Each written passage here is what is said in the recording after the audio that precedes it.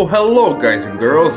My name is Louis the Frenchy Monette, and welcome to Schmoedown Night in Canada, episode 4. Look, we got another great show back to back for you. Like usual, I got my co-host, Mr. Soda. I got my logo with a voice. Won't have that much of voice today, but he'll still be present. It is the Dave 9000, and our special guest, Jeannine, the Machine, is with us. Our Canadian at heart is going to be with us on, I say, maybe 10 minutes around from our little conversation at the beginning of the show. So stay tuned to that. So how are you, Matt? I'm doing pretty good, Louis. Pretty good. I'm coming off a Canucks win last night, 9-3 against Boston, so I'm pretty stoked. I still hold bitter feelings for 2011.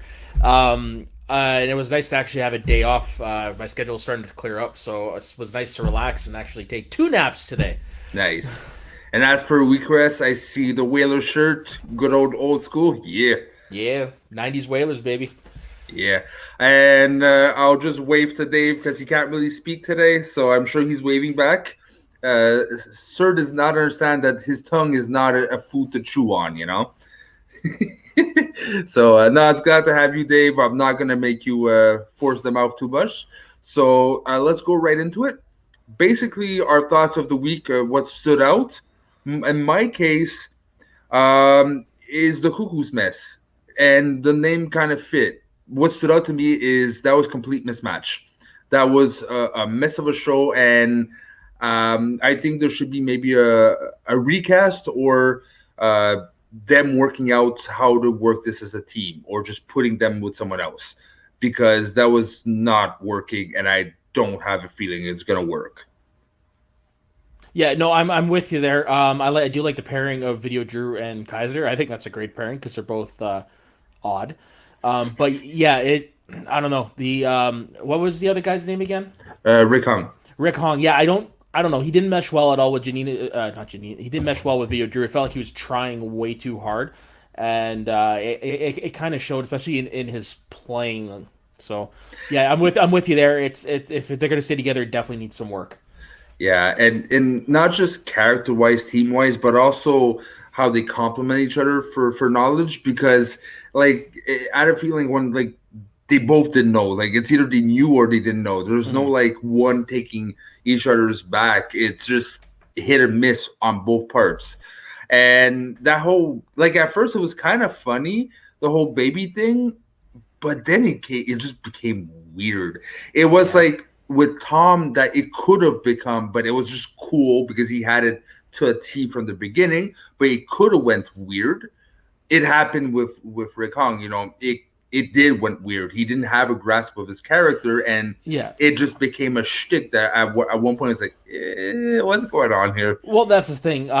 Tom is an entertainer. He's actually a stand-up comedian, so he does have that grasp of personality and timing and being on camera stuff. Whereas Rick Hong, if I'm not mistaken, he's a critic. So he's probably not used to the whole on-camera role. So he's probably just trying to find his sea legs, no pun intended. So yeah, no, definitely needs some work. Yeah, and what about you? What's your standout moment of the week? Honestly, it was the line that Jen used at the end of the Riley and Machine match, talking to Jeannine, how the round 2 she was sunk by the Titanic. That made me laugh. I thought that was a really, really good line. But yeah, no, it was that, and honestly, just this match showed how luck can just change everything. That's really what it came down to. That game was luck. All right, yep. It was luck, but also like I'm hard on Riley. Like I've never been the biggest fan of his, but at the same time I respect what he's done. But I always found he was like a B-lister that got hyped because he was there since the beginning. But he did what he had to do this time, and it sucks because I was rooting for my girl Jeannine, but at the same time, you can't go against what he did. He has a TKO. So Oh yeah, for sure. He hit his strength and just took it from there, right? yep.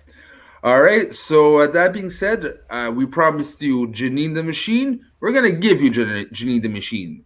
So Dave, hit it up. Well, hello there. My name is Louis, aka Louis the Frenchy Monette. And holy cannoli, Batman, I can't believe I'm saying this right now. We have the Machine, Jeannine the Machine, with us. How are you, ma'am? I'm doing great. Thank you for having me. Well, thank you very much for being here. We're going to straight right away. We know you're a busy girl, so we're going to go ahead and ask the first question. I wanted to talk about like your Schmoedown career. Is there a particular moments that really marked you for a long time coming? I gotta say it was New York. Okay. Up until that point, I was a heel. I don't know how good I was at being a heel. I mean, I think more recently people are telling me that, yeah, when you started, I didn't like your character. You were kind of a jerk. So I was like, okay, then maybe I was a good heel. But once Christian saw the reception I got from the crowd in New York, he immediately decided to turn me face just based off of that. So I think that was a really big moment for me, big turning point to see that, I didn't know what I was doing and I didn't know how the crowd was really receiving me until that moment. And I came out and I was getting the love from the people. So yeah, I think that was a huge moment for me for sure. Hey, fake it till you make it, right? Exactly. And just by curiosity, how different is it from a live crowd and a studio crowd? What's the energy like? Oh, it's crazy because I mean, in the studio, it's kind of contained. There's still those nerves and everything, but live, I wasn't nervous really at all because I just was getting that love. The energy was crazy. Just getting to like fist bump people. I think that was the most I ever was able to kind of get into character and get into, I was dressed like the boxer and I was getting into it and I was like pumping fists with people and it was intense. I loved it. It's gotta hit you. This is real. People are rooting for me or going against me. This is not just people watching YouTube. I got interaction. Exactly. The energy is insane for sure. In your opinion, also now that most players have factions, how does this change the game, and how does it change for you personally as well? I think it definitely makes it more competitive. Because I mean, you have people who are new, so they don't really, they might have missed things before without somebody there to guide them, but now they'll have that kind of cushion of somebody watching out for them, and help them through things. And if you're in a faction where, study and preparation is kind of a big thing, then that can help you up your game if you are a competitor who maybe doesn't study or something like that. For me personally, this has helped me kind of hone in on my studying, because when I would study on my own, it was kind of, I didn't really have an organized way of doing it. But now with Sam, I have kind of a plan and a study regimen, and we have a strategy and all of that kind of stuff. And I have a great faction who sends me questions and will help me prepare for matches and stuff like that. And vice versa, I can help them prepare as well. So I think it's definitely going to up the game and make things way more competitive. I feel like faction wise with kind of the higher tier competitors, I feel like they might still be more individualized and, their egos might get in the way, as we've seen with the whole Finstock drama. I predicted from episode 1 that's going to implode, and it's happening right now. So oh yeah. So I think for the higher tier competitors, I think the egos might get in the way a little bit, and they're not really going to embrace the faction aspects as much, and maybe still be kind of wanting to do their own thing. But I think for new people coming in and the people who, people like me who have started as fans, we are definitely loving this support system that we have now with the faction. So, and you're also from a small group that has the chance to have the perspective of being in a faction in the old league and also being faction in the new league. So not a lot of people have that perspective, Yeah, definitely. And talking about you're saying about Sam, can you really describe me the dynamic of your faction? You talk about the studying, but how does it work exactly in your faction per se, if you can tell? I don't want to get too much into what I'm doing to study, but I mean, Sam has been in constant contact with me since the draft, just checking in, gave me his email, phone number, hey, if you need anything, let me know. These are the things I can help you study with. Went back and looked at your old matches. These are the things we need to work on. Definitely taking it seriously, seeing what it means to me and how much I want to improve and really honing in on that. And yeah, just having that support system as well. The day of my match, my whole faction messaged me, hey, we're cheering you on. We got you. You're amazing. And then even after the loss, I got all that kind of support as well. And Sam's just belief in me has been just a driving force. And yeah, so I think our chemistry is really great. Like, I love doing that. I was kind of like, how is this going to work in this pre-interview? It's my first one without Jay. This is so weird. But our chemistry, I think, was really great. And he was funny and he put me at ease and made me feel really comfortable. So, yeah, I'm loving being with Sam. Would you say that's the difference? Like with Jay, you were so used to having a mouthpiece that, like say you take that out, you're like, what's going to happen? Yeah. All right. And now I'm going to go off script for a second there, but who do you think, since everyone's in a faction and everyone has their own dynamics, who do you think you say is your main competitor, your main rivalry faction-wise? I think it's always going to be corruption because of the Mike situation. Okay. And maybe a little bit the Finstock exchange, just because, all that talk of, Ben, he was the best player to not have a belt. And then once he got the belt, my name kind of got thrown in that place.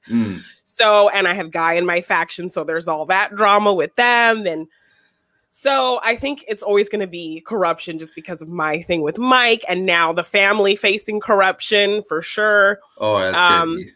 And now with me and Riley, and then just kind of that whole everyone's talk of me being the next Ben Bateman, whatever. I feel like that's kind of in people's heads too, to have us against the Finstock exchange for sure.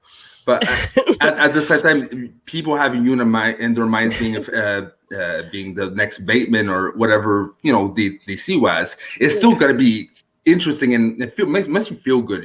People are really cheering on this season, even though some mishaps might happen. People really going towards you like I've never seen before. Even in our seasons, people are like, they want you to do good. Yeah, because I've come so close so many times, and they know I know my stuff. They know how much I care and what I put into it. So I think that's kind of a big part of it. And then, of course, I got a lot of the overrated and all of that kind of stuff, too. I mean, that just comes with the territory. But I've been really... It feels really good to get that love and have the people behind me like that, because I just came into this as kind of a fan and a regular person, and to have people like want good things for me is really crazy and really nice. So and when do you put your mind into it? Like, I was just a fan on my butt listening to Schmoedown a couple years and I'm talking to you today. I still can't believe it. So you put your mind to something can happen, and that's a message to all the fans listening. If you really want to get involved yourself into Schmoedown, anything is possible. Exactly. Now going more like, yes, I like to know you about like your Schmoedown side, but I want to know also your personal side. Is there something that most fans don't know about you and you'd be really surprised to know? Well, maybe how I actually got my Schmoedown name of Jeannine the Machine. All right, go ahead. So I work in a surgical hospital in the kitchen, and we didn't have a dishwasher. So in this period of time before we had hired a dishwasher, I jumped back there to be the dishwasher. So I would be back there doing dishes, and I was pretty fast.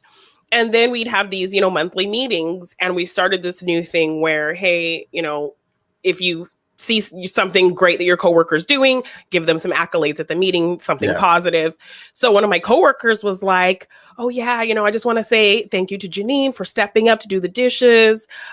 She's back there like a machine. She's like Jeannine the Machine. And like everyone in the meeting started laughing. So then it kind of became a thing that I'd go back there and they're like, oh, Jeannine the Machine, she's on the dishes. So I think people would be surprised to know that I got that name for being a really good dishwasher. But I'm really surprised to hear that, because in my head I thought it was Harloff, just because it rhymed, right? So Jeannine the Machine, okay, put her on. Yeah, no, they actually asked me like, what are you calling yourself? So I actually got to choose, and so I was like, you know what, I kind of like that. So yeah, so Jeannine the Dish Machine is and there's so much you can play. Like I will always remember when Video Drew kept giving you things for the machine. Like that was when I fell in love with her. But also it showed me how versatile your name could be. Oh yeah, no, that was such a fun thing. Like I couldn't help but laugh, and then I had to play along with my exterminate. Like she handed me the oil can, and oh my gosh, it was perfect. And that was unscripted, right? That was not like, you did not know that was going to happen. Well, we talked because, like, she's like, everyone kind of talks. If you're going to do something, you don't want to offend anybody or anything like that. So I didn't know exactly what she was going to do, but she told me, "Oh, hey, I might play into the whole concept of you really being a machine." And I'm like, "Okay, that's fine, go for it." So I didn't know what she was going to do, but she said she was going to kind of play with the whole concept of her really thinking I was a machine. So it's still weird for me to think that Vio Drew can actually have a real conversation without mentioning dead bodies, but yeah, that's how good she is in her character. Oh yeah, she's amazing. She's amazing. And lastly, because I know you're a very busy woman, so we'll go to the next question. If movies would be going away forever, like in a week, what would be your top 3 movies to watch to really say a final goodbye to movies? Okay. So I think everyone knows at this point that rom-coms are my jam. Yeah. So I would probably have to say The Cutting Edge, the 1992 movie about an ice skater and a hockey player who have to join together to be an ice skating team and win the Olympics. Nice. I love that movie so much. Ghostbusters. That's a huge part of my growing up. I mean, I just love that movie. It was the first time I heard my name in a movie. So to have that kind of see that as a kid, like, that gets you really excited. And just Winston, his character was a whole thing because growing up, I was always somebody who found myself kind of looking for representation in movies and looking for people who look like me. So you could be like, wow, that person who looks like me is doing this really cool thing. So I could probably do that too. So seeing Winston get to be a part of this cool Ghostbusters team was like a big kind of representation thing I remember thinking as a kid. So Ghostbusters is a huge part of, my growing up and me kind of developing my film love. Nice. And probably Batman Returns. That's my favorite Batman movie. Oh, Catwoman is amazing. The look of it, the feel of it, and superhero movies in general. I think today they don't really play with that concept of duality, but superheroes are all about duality, But like movies today, like MCU movies, like they know there's no secret identities. Everybody knows Iron Man is Tony Stark, Yeah. So I feel like Batman Returns is the superhero movie and the Batman movie that plays with the concept of duality the best. So I love that about it. I was a young kid, and that movie gave me nightmares. Like, the Penguin for sure. He's disgusting. I love it now, but when I was a kid, I actually cried in the cinema. Oh my gosh, no, he was creepy as hell. So I totally get it. And I have no shame to say I've never seen the original one, but if not mistaken, Cutting Edge had a remake too in the early 2000s. And I actually like that movie. I worked at a club video, and I'm not ashamed to say I actually like it. Yes. No, the original is like totally 90s, ridiculous. The working out montages, the love-hate relationship thing. Like it has like all my favorite elements of a rom-com. I think it's perfect. So I have to watch that one more time before movies just disappear. Definitely. I'd say my favorite rom-com is Kate Leopold. My mom forced me to see that's a good one. My mom forced me to see it in cinema. I was like, I don't want to see this shit. And I came out and I actually liked it more than she did. And I bought it on DVD and I actually fell in love with that movie. So I've seen it over like 30 times. No joke. Yeah, no, I love it. It's great. I prefer the director's cut where you actually see her in the past and like it makes things more. Oh, I haven't seen that one. Okay, I haven't seen that version. I'll have to check it out. All right. And talk about representation. My girlfriend is starting to warm up with Schmoedown, but you are her favorite competitor. She's seen every match, and like when I said, "Oh, Schmoedown's on," she's like, "But it's Jeannine." She's like, "Okay, let's watch it." Oh, that's awesome! I'll tell her thank you. Well, right now she's probably sleeping or being mad for no reason because pregnancy, or making a list of things for you to do for her. Oh, that's done already. Trust me. All right. Well, thank you so much for joining, Jeannine. Hopefully, we'll have you back soon. But is there anything you want to plug? Any projects you're doing recently? I actually have a couple podcasts on the It's a Wonderful podcast feed. You can find it on Anchor, Apple Podcast, Spotify. I have a show, Machine Mondays every Monday. I have Morgan Hasn't Seen every Wednesday. My co-host Morgan, he hasn't seen a lot of things. I can see that. Yeah, so I pick like a related genre of films or a franchise of films. We watch them and we discuss them. And then every Friday we have It's a Wonderful Podcast where we talk about classic movies. So you can find all of those. You can find me at Jeannine Devine on Twitter and Instagram. And whew, I think I'm going to sneeze. Okay, I'm okay. All right. And and we also have a Patreon. It's a Wonderful Podcast Patreon. It's a Wonderful One on patreon.com. So, yeah. All right. So be sure to check that. And I'm personally a fan of Machine Mondays. I love your insight. And I've been trying to catch up on Morgan hasn't seen a movie. And yeah, he hasn't seen a movie. And what, like I wrote in the comments on Facebook, when he said the comment about the black hair thing, I was like, oh, no, dude, that's dangerous territory you're stepping in. Yes, you are. All right, so say hi to him for me. I'm actually starting to like him a lot, even though awesome. Yeah. All right, take care of me. Thank you so much. All right, well, thank you very much, Jeannine. Much appreciated. We cannot wait to get you back on the show. That being said, let's go to the first match. The first match, we're going to talk about Machine versus Riley. We talked about it a bit before, but we're really going to dive deeper now. Let's start with round one. Before even round one, let's start with the managers. Let's start with the faction itself. It was fun seeing the Machine with Sam. I find they go well together. Sam has pride in her and shows. It's not fake pride; it's real pride. Well, I wouldn't say what Jay had was fake pride, but I mean, it's just Jay could only take her so far. Mm-hmm. He's managed a champion before, but he kind of got Ethan just right before he won the title, so it doesn't really, it's not in the same level as other managers. But yeah, no, you can definitely tell Sam is very genuine in how he appreciates her. Again, not saying Jay wasn't, but it's also nice to see Jeannine in another setting because she's been with Jay since day one. So it's nice to see her branch out and go on a different path. And see, hopefully it'll work out for her. It feels she's kind of like she was with the Florida Panthers for a long time, and now she's with the Pittsburghs, Yeah. It's like they're not a bad team, but you can see it's not the same staff. It's not the same, like people behind her. Now she's in a team in a faction that really takes it seriously in a way that maybe, Jay took it seriously, but not in the exact same way. Yeah, no, for sure. And like Sam has the pedigree. He's a teams champ. He's a singles champ. He's won both tournaments. So he knows how to prepare, which Jay doesn't. Again, nothing against Jay. But Jay's also from the first generation of managers that managers weren't really defined as anything but, a mouthpiece and whatever your strength were. Now it's defined into, certain specific things. Except for Robert Meyer Burnett, God knows what the hell he's doing. But else than that, there is a lot more defined. So we can't. I do understand, to compare, but it is a different generation. No, you're 100% right. Jay was more of just a mouthpiece as opposed to a manager. All right, so round one. Can't wait to see the results because Riley, veteran, the Machine is starting to be one of the pillars. We go in it and. I was surprised how it started. Round one, a 5-4 Machine. It got a lot slower than I thought it was going to be. Yeah, it was. It was funny seeing them miss the first couple questions and then slowly get their legs. I didn't.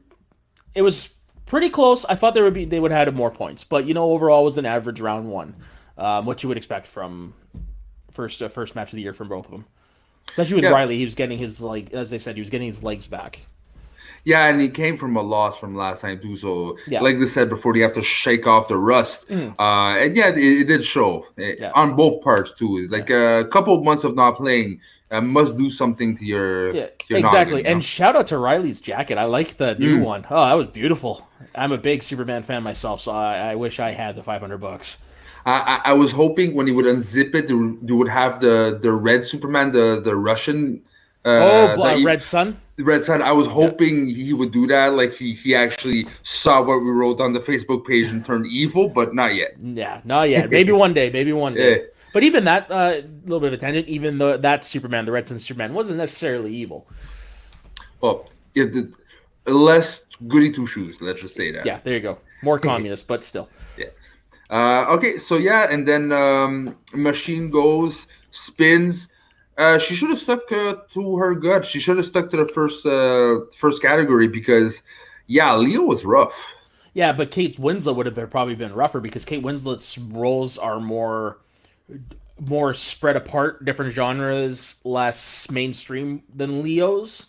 So I think that would have been a tougher time, especially if they would have used questions from earlier in Kate's career for movies like Heavenly Creatures and whatnot. So yeah, it could have gone either way. Yes or no, because don't forget, Jeannine's strength is romantic movies and romantic comedies. Fair enough. Kate has done a lot more romantic comedies and romantic movies, and more of the certain mainstream, like what's Hunger Games and stuff like that. That you never know. Yeah, Kate. No, you're thinking the Divergent series. Yeah, there's a couple of things that you never know we can get, but she did a lot of romantic comedies, so that's more of her wheelhouse, and some period pieces and stuff like that. Leo, that you talk about diverse, you got like from sci-fi to historical to there's not many romantic movies or romantic comedies there. I think the last one, I think the last romantic movie he probably did was Titanic. Now that I think about it, but. And yeah, Riley goes horror. Well, yeah, let's just not forget that he also stole a point too from Jeannine on the "Catch Me If You Can" question. I also thought it was Tom Hanks that got nominated, but here it was Christopher Walken. I was like, really? Yeah, I forgot it was in a movie. Oh, nice. Well, yeah, he was only in there for like the one scene. He played Leo's dad, I think, right? Yeah. Yeah. But yeah, that steal, it didn't change the game, but it solidified that Riley, he was back. If he's able to get those points, it's hard to swim up the stream when you get stolen those points. Yeah, for sure. It was definitely you saw a glimpse of the Riley that won the second title in this match. Yeah, and then like I said, spun, boom, horror comes up. Yeah, you can't get more perfect than that. Luck, yes, but at the same time, he spun his strength, but he also it could have gone either way. Also, because I have seen him spin horror and not do too well, just because horror can go different breadths. So yeah, no, it was good to see him get his strength and actually knock it out of the park. I think he only did multiple choice once. And then it's pretty, like I said, it was a standard match. It was nice. It was tight at first, but how can I say this? Nothing really stood out. It was not the match I was expecting. I'll be honest, because in the middle round 2, I was still waiting for some fireworks, and I just found it sizzled down after a while. Yeah, it felt more like a preseason match, I guess is the way to feel it. Like both players were there, they were ready, but it's the beginning of the year. They haven't hit their stride yet. And yes, Jeannine is a character, but I think she's not much of a needler. Like when she first joined, Jay rubbed off on her and she was definitely needling the people, but she's not that anymore. So you weren't going to get the fireworks and stuff. You would need that from like the rivals of the Finstock Exchange. Yeah, but I still expect, I have a feeling Sam's still going to work on a character because there's something to be done. Like Jay did a good job, especially character-wise, but Sam, with his personality, I have a feeling that that she could be a very interesting mouthpiece for the usual suspects if built correctly with Sam and what he needs and what he can inject into her character. You know. Sorry about that. That being said, let's go to round 3. The 2-pointer new releases. It ended 14. Riley 10 Machine. So you can see, like, usually 4 and down. Yeah, you can go anywhere. You can still do it, but if you go past 3, you're up to 4 or up. Usually it's the beginning of the end, Yeah. Yeah, no, for sure. It's definitely anybody's guess, but I honestly I'm surprised how it ended, to be honest. Yes, I was hoping, there would be some luck in the machine, but she hits her 2-pointer. You got new releases, and then Fantasy Sci-Fi, boom, comes up. I thought she was gonna get it. She didn't. She misses, and then misses her 5-pointer, which is comic book movies. Is it me or I thought that was one of her strengths? No. I I don't think it is. No. No, I'd have to go take a look. I don't remember. Okay. Yeah. If Dave, you can. Yeah, but that's it. She, her and Jay trained a lot because Jay is a That comic is, book yeah, geek. fair enough, fair enough. So it probably was, but it was a pretty hard question. It took me a moment to pull it myself because when I watch these, I like to answer the questions and stuff. And yeah, it took me a moment to pull it. Do you remember what the question was? Nope. And I just watched it this morning. Okay.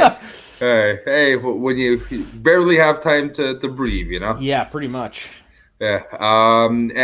But yeah, and then boom, Riley wins TKO. Like we said before, it was a good match. Yeah. Expecting a lot more from both, but like I wrote to Jeannine on the page, one step backwards to Yeah. jump two steps onwards. I still believe that she will have an incredible season, especially with management that's more suited for her to go through the belt. This is a setback, but I'm really happy to see the way she's taking it. Because a lot of competitors might have been like, "Yeah, I'm done," or "This is not a good start to my season. I'm not sure." No, she put it out there that I'm She not did. going. Yeah, and she did, but you could tell in the look on her face when they announced Riley as a rider, she was mad at herself, definitely, because like she said in the interview, like she knew those questions, but it's And just one of those things, like you when you're under the lights, like I am an actor of sorts. I do plays in my town here, and yeah, it happens where you know your stuff, and then all of a sudden you get on stage and it'll happen. You'll forget a line. That's just the way it is. yeah, So yeah, you can know everything in the world, but in the moment, yeah, it doesn't take much to forget. And as she wrote in her post too, you can find it on Schmoedown North. Join if you're not joined already. She said she it was one of her matches she studied the most, Yeah. and it probably, if I can be so bold, it was maybe in her top three less good performances I've seen Hmm. of her since a long time. So it didn't reflect what she studied, but she gave her heart, and Yeah. that's deflating when you give it all. You train the whole month for that game, and you lose, and by a blowout, or that goal you could have saved.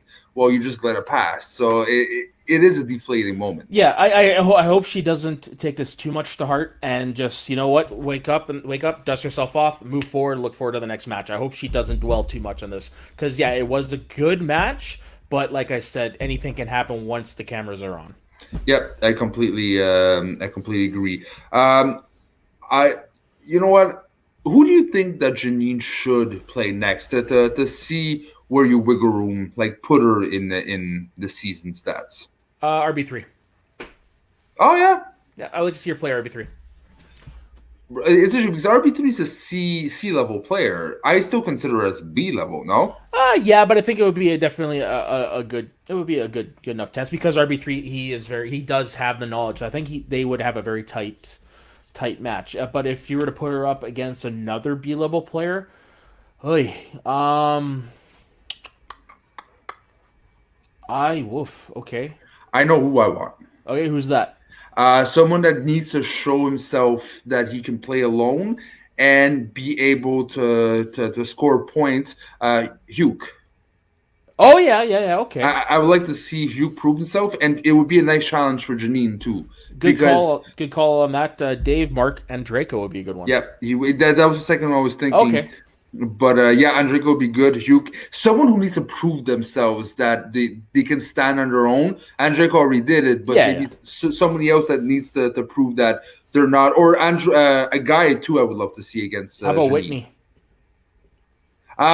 Whitney said he's not looking to Oh, go he's not doing the singles. singles. That's right. Yeah, fair enough. If they bring it in, maybe in a what if fantasy Yeah, situation, I fair would enough. love to see that, but I don't think it's gonna happen. Not this season, that's for sure.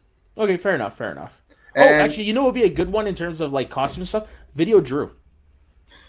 yeah, Yeah, because solo, yeah, yeah, solo because I think she only had not that many solo matches under her belt. So I think that would be another great test to see if she can hold up on her own. yeah. It would be again. She's between B and C to me. Hmm. She's just above. Agreed. And what about Riley? Who we like to see the test to see this is not a fluke. This is not a. I want to see a rematch against Guy. Why Yeah. guy?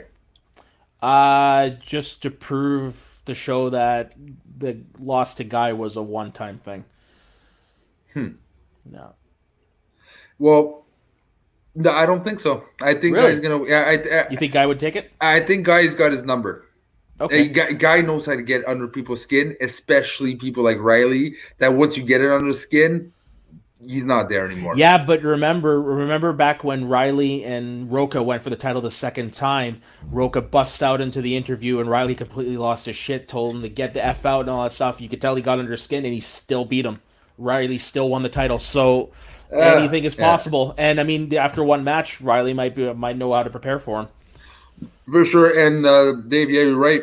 Paul the powder Preston. That'd be a good one. That'd be a really good one. But I would give my money to Paul. To be Really? honest with Okay. you, I really find Paul. He jumped to the A class very fast, and he's still in the A class. Even though he lost. You know, it's a 32-point loss. Yeah. It's not really a heartbreaker loss. Yeah. So for me, it's a top tier. I would personally love to see is Riley versus the Kid. Okay. The old school versus new school. That's actually pretty good. Now, question for you: do you feel at this point that Riley is in the twilight of his career? Yeah. You do? Okay, yeah, he's not at the chat. Probably won't make it to the title matches again. Yeah, he's the Jagger. You know, Jagger. He's still playing, but you know. Oh, the Yager. Yeah, I was like Mick Jagger. No, yeah, the Jagger. Yager. He's like 42, and I think he's retired now, but he's 42 and like still switching a club every year. And Yager's actually still playing in. He is. He is. He's still playing. He plays for the team he owns. He's almost 50. For crap's sake, you know. Yeah. No, that's a good comparison. He's the Armor Yager. He's still useful. He still has his things, but he's not like the Jagger or the Riley when he was 30. You know, no. Same equivalent, okay. But he's still useful. Yeah, for sure. And Dave says he's currently ranked 13th. You see, that's what I mean. Like he used to be the Twilight, and again, not to be mean, but that was because there's a lack of players. He was one of the first ones because there was a lack of players. Time. Like it was him or Makuga, just so yeah. No, but I you know what? I would think Riley would make a good manager. Commissioner. I would put him as commissioner. Yes, commissioner. Wait. When Clark decides she's done, Riley for commissioner. I'm saying it here. Riley for commissioner, 2021. Same here because he demands respect. I have a feeling has a mind for that kind of like atmosphere, that kind of structure needed. I see him do the job. Wolves of Steel co-commish. Yeah, that'd be quite a reunion there, Dave. Oh god. All right, and let's switch it up to Cuckoo's Mess versus Real Reject. Okay. Whoo. Yeah, that was a match. I will say though, early contender for entrance of the year from the Real Rejects. Yeah, that cracked me up when Roca took the mask and then and then they took off the one mask and the outlaw mask was under there still. That was amazing. Yeah, I wonder if that was planned or not. If like they told him to steal his mask, but maybe they didn't tell Roca there was another mask underneath. You know? Yeah, that had to have been the course because I would have loved to have seen Roca's face when that happened. Too bad we didn't. If he laughed, we didn't hear it. But no, that was a great moment. Like I said, early contender for entrance of the year. Yeah, and I love also seeing Kaiser come in. It feels good to see Kaiser. Like I miss. He was so in your face last year. Like the first time you saw him, I was like, who that? But I got so used to seeing him that like he's almost a pay-per-view event onto himself. You know, he is the Bobby the Brain Heenan of the Schmoedown, hands down. He's a great entertainer. And and then the match started, and oh boy, not to take away from what Real Reject's done, but I don't think they got tested. I really don't think this was. It felt good to see them have another win, but behind aside to their 5 losses, yay, another one. Yeah, they were due one. Yeah, but it was kind of a given because they were put against a team that were a mess. Yeah, that did not mesh well. No. And I would have thought you put with Video Drew's such a character, like we said off camera. I thought in my head, okay, if they put Rick Hung, it's because he's a weirdo himself, and no, I just felt like he got patched in, and Kaiser was like, "You with her. Yeah, it felt like Rick was just trying way too hard to kind of match the insanity level of Drew, and it didn't necessarily work. Like it's definitely not another coming of Tom, so to speak, and that's the difference. Tom is a comedian, Tom is an entertainer, so he knows where to go and like timing some of that. Rick, it doesn't seem like he has that. He was a decent player, but yeah, in terms of if you're gonna go on a character team, you kind of need someone who can. Like, in all honesty, they should go with basically. She was doing the Tom too, almost, Yeah, scrap that. Like, make her realize next time she's on screen that Tom is gone. Yeah. The era of Tom is gone, and Rick Hong is someone else. It's Rick, and you make Rick his own character because he's stepping in the shoes that not many people can fill. No, and a lot of the shtick was getting old. Like the whole Tom thing, yeah, okay, it was fine the first couple times, and after a while, I was like, yeah. And same with the baby thing. I think by the third round, I was like, okay, give it a rest. And especially when she starts saying like the baby's not breathing, like this is okay. Yeah, I can feel Harloff going ha. Yeah, just off screen going. Ooh. Yeah, it was just anyways. I was almost waiting for, like, in the old Looney Tunes commercial shows. There's like this book that would get someone off stage and like I was kind of like waiting for that to happen with Video Joe, and like round one, Real Rejects 16, Cuckoos 14.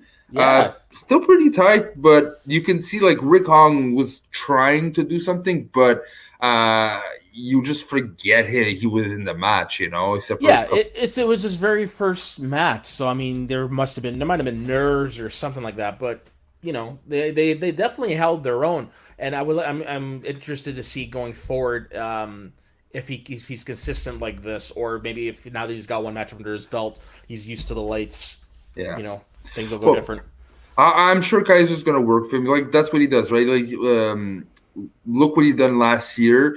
He's able to get those people that they didn't have much of a personality and give them the tools needed. So I wouldn't put it against Kaiser to actually do something with Hong eventually. For sure. Yeah.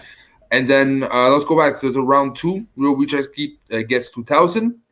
For me, 2000 fits the Real Rejects. They both look like they had a lot of watching time of movies in that period of a decade, and it went good for them, because the Cuckoos gets Denzel, spins away, gets opponent choice. They get given Denzel, and round two, 24-18 for Real Rejects. Mm-hmm. It was gone. It was, you can see from then on that the Real Rejects far and away. Yeah, they had the match at that point. Now, that being said, it's done. Do you think we're going to see Cuckoo's Mess again, or this is a one-time thing? No, I think we'll see them again, but if we do, it's not going to be for a little while. Okay. So yeah, that pretty much sums it out. It was a round 3 TKO for Real Rejects. Yeah. Good on them. Great showing from the Real Rejects. First match they've had in over a year, because I don't think John played last year. Yeah. Okay, and I know you gotta leave soon, Soda, so we're gonna wrap this up. The whole controversy. I'm a bit less in the loop, but let's start with what happened, man. Well, essentially, for the last couple of weeks, it's been going back and forth who Finstock would manage, and I guess I didn't unfortunately watch the episode. I just caught on the communities what was going on, but it sounds like things got a little heated, and Finstock just out of nowhere made the announcement that there will be no managers in Atlanta. To which took everybody by surprise, to the point where even Merle commented on the Schmoedown Facebook page, which I've never seen him do, saying like he didn't know, but he respects Finstock's decision, blah blah blah. Same Ben put out a statement too, and then that afternoon on Riley's live stream, Finstock changed his tune and said, "No, I'm going to be managing Bateman. Roka's going to be managing Merle." So he flip flopped in a sense. People have been calling him flip flop ever since. And then the next day, Merle was on Roka's stream, and I guess things got patched up or whatever. But yeah, no, it was this whole thing like where it just escalated to the point where at one point we had no managers, and then now we've got managers. It's like, I don't know. Essentially, we'll have to wait till the show itself to figure out what the hell's going on.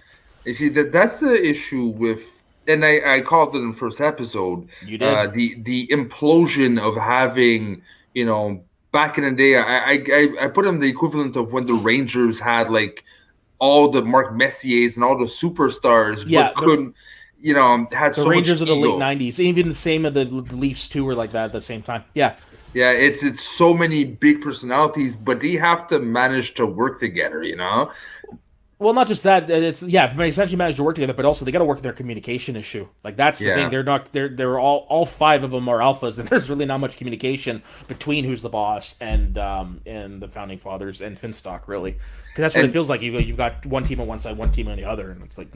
It started with the whole draft, which I personally, Roca blew it. Like he's like, I should have been number one. Like, you know what? Like, who are you to say you're that good? You might be an OG, but Well, he's won 4 titles. He's got a right to lay claim to that. Two singles, 2 teams. But at the same time, that's to make it that public and that like on your face of maybe I might feel corrupted. I have a feeling he has such a big ego that there's a way to do it. There is. And there's a way to backfire because you got Finstock and Finstock, he has a lot to learn, but at the same time, he is the manager. He is, but also I think alcohol might have played a little bit of a factor in that. For sure. Yeah. But again, like they've said, things now it's out of open. We all know, right? It should be handled properly behind closed doors and not when I have to talk to an employee. I don't do it in front of everyone to hear because that's how rumor starts and that's how, you give someone a bad name. Fair enough, but you got to remember the Schmoedown isn't real life. It's WWE, right? And what do they do? And I'm a current wrestling watcher, so I can speak to this. What do they do whenever there's ascension? They air it in front of the camera. So I think you know what? We don't know what's going on, but I think it makes for great intrigue for what's going to happen in the rest of the season. Like, will the founding fathers still be part of? They'll still be part of the exchange? Will they be with say the Rockstars? Because Roxy wants Roca, right? Yeah, I give them 3 months, and I have a feeling that it's going to dissolve. Oh, for sure. Yeah. But now the thing is, does it implode so much that it happens like in 95 with Patrick Roy that they exchange him to the Avalanche and get peanuts for them, and we still haven't recovered from that shit. So you're saying like it happens in the middle of a match, Roca saying, I want to trade, and then that's it, I'm not playing for you ever again? Yeah, I have a feeling that's going to happen. You heard it here, and I have a feeling that he's not going to be traded his worth. No, if it does come to that, hands down, because when you get held hostage like that Watt situation, what can you do, right? You obviously have a player who doesn't want to be there. You kind of have to get what you can. Excuse me, right? Imagine if he gets a change and it's confirmed that he can play. JTE comes to Finstock Exchange. Yeah, but that's the thing. JTE lives in Wisconsin. Yeah, but there's a reason maybe they drafted, unless, alcohol, again, playing a factor, but there's still, I'm sure there's something going in the background we don't know yet. Oh, maybe. Or for all we know, this is just all for storyline purposes too, but because there's other people involved, it's probably a little bit of both. Yeah. But, Dave, is there something, I know, you didn't want to talk too much, but I think you want to talk 2-3 minutes about the situation. Go ahead, if you can. Yeah, I just would like to ask the entire panel if you guys agree with Ben Bateman's initial challenge to this, where all this controversy spawns from, which is Dan being managed by Roca an inherent advantage over Ben because Roca is a player of the game who is at a high level and will know the answers to the challenges more than Tom would. So essentially, Ben's saying that it feels like a 2-on-1 situation. No. Good. No? Okay. No. Why? Because it depends on the makeup of your faction, It depends how everything got drafted, what was the force of the manager. So it really depends how the makeup is. That differs from faction to faction. So it's luck and unlucky. But it is what it is. There's not much you can do against it. I can see why Ben made that statement because also Roca has played Ben a lot. But in that sense, too, Dan has won the title 3 times without a manager. Right? True. So, I mean, he could easily win just as much without Roca in his corner as he could with. Yeah, okay. No, I agree. It just... it's an advantage maybe, but it is not that much of an advantage that they're making it out to be, you know. And to answer Dave as where we like to see let's say Roca and Dan go. I think you make a move, someone that might need a better team, and maybe someone you wouldn't think at first. I actually would like to see them on Swag. That would be fun. Like Winston and Roca do have a good rapport. That could be good because they need Swag needs a bit more. Like they got Chandru. I still believe Chandru might be in contenders very soon because again I'm seeing things and he's amazing. Yeah. But that being said, they need a player in teams especially to really smash it, and I don't think they have it so far. Dave, do you really think that Winston would trade Oyama? Like, I think if you're trading to get the founding fathers, I'd trade about anybody. Yeah, fair enough. That's the thing. Do you just trade Roca though, or do you trade? You can't. You can't right now because they are a protected team. If they were to lose the titles, they still would be a protected team because they're in the top 5 ranked. So you have to get both of them. That's just a given. Well, the way it works is you can only break up a team after they haven't played, who aren't the champions, after they haven't played for three months, or they've lost 2 matches in a row. Yeah, but with the 2 matches in a row, it's up to the manager to split them or not. They don't automatically split. Yeah. And you'd be crazy to split up the founding fathers. Now, me personally, this will never happen because Roxy's already got a great team, but I would like to see them managed by Roxy. I think that would be Roxy's proved that she knows how to.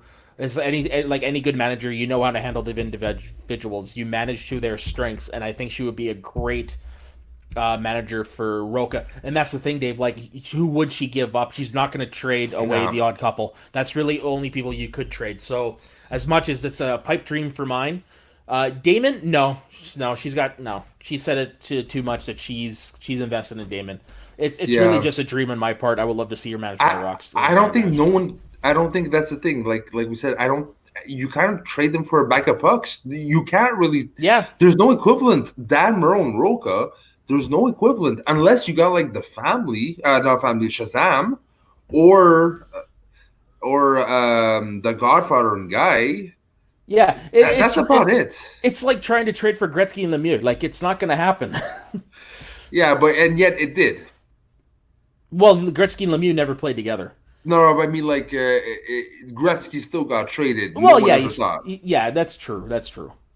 Yeah, but okay. So I think that's pretty much it. Again, let's follow this, but I don't think the Finstock Exchange is going to stay 5 horsemen very long. No, for sure. Next week's live event is going to be make or break. It is the literal make your powers explode. Yeah, I completely agree. All right, well, thank you very much, both of you. Yes, and before I forget, squash berries. All right. And I'm going to get muted in 5, 4, 3, 2, 1. No mute. Oh, wow. I'm not playing your game, Lou. I will mute you when I choose to mute you. Yeah, you won't know when, you won't know where, but you will be muted. All right, so Soda, where can we find you, sir? Across all platforms, it's Soda_the_Saxman. And then you can find me here lurking on the Schmoes of the North Facebook page. Not like a creeper, but still lurking. Okay, maybe just a little bit. But yeah, that's pretty much where you can find me. Right. Yeah. And you, Dave, if you can talk. The people know where to find me. I'll put it in the description. Okay. Rest your tongue. And me, well, I'm actually changing my tune. You can find me on Schmoes of the North Twitter. It's the only Twitter I have right now, and I'm starting to get used to Twitter. So if you want to talk to me, go on there. Or also you can find me on Schmoes of the North Facebook page. Please subscribe. And again, more than half of the people that are watching our show are not subscribed. It takes 2 seconds. Click that red button. It would mean a lot to us, and you won't miss a thing. So thank you very much for listening to the end. Until next time, we got something special for you.